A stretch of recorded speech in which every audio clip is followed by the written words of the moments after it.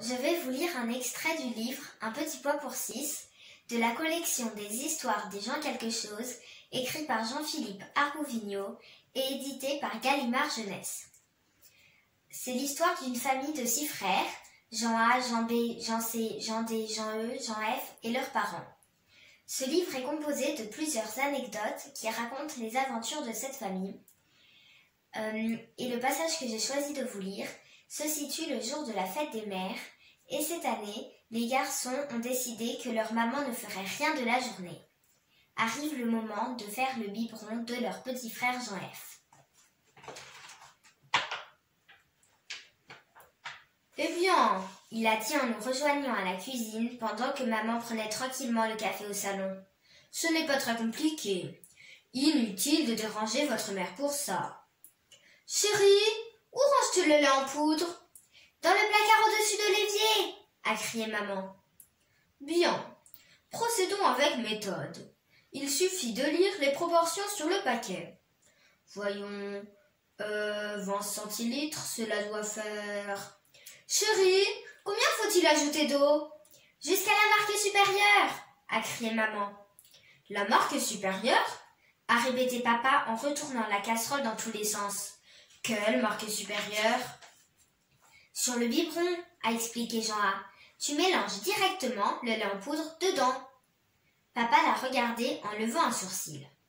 C'est très exactement ce que je m'apprêtais à faire, jeune homme. Il avait dû mal fixer la tétine parce que, quand il a secoué le biberon, un geyser de lait a inondé la cuisine. Il a poussé un horrible juron et Jean F s'est mis à hurler de plus belle.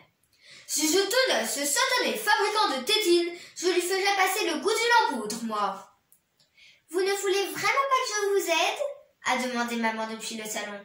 Surtout pas, chérie. Profites-en pour te reposer, a crié papa. Si je n'étais pas interrompu toutes les 3 minutes. Il a recommencé toute l'opération, et cette fois, la tétine a tenu. Et voilà le travail, il a dit en se tournant fièrement vers nous. Prenez-en de la graine, les enfants. Nous allons pouvoir clouer le bec à ce petit braillard. Papa, j'ai dit, il faut le faire chauffer d'abord. Faire chauffer Jean F?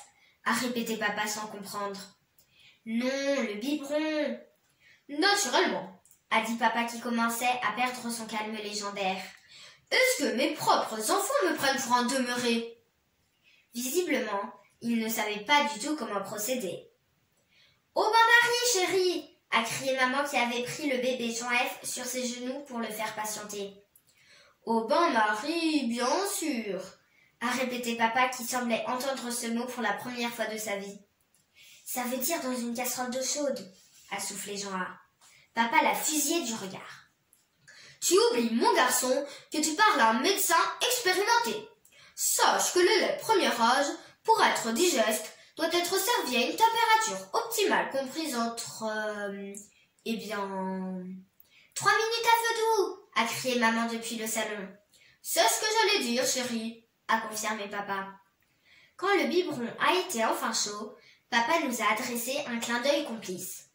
Bon boulot, les gars. Les femmes en font toute une histoire, mais avec un peu de méthode et une équipe de choc, rien de plus simple que de s'occuper d'un bébé. On était bien d'accord.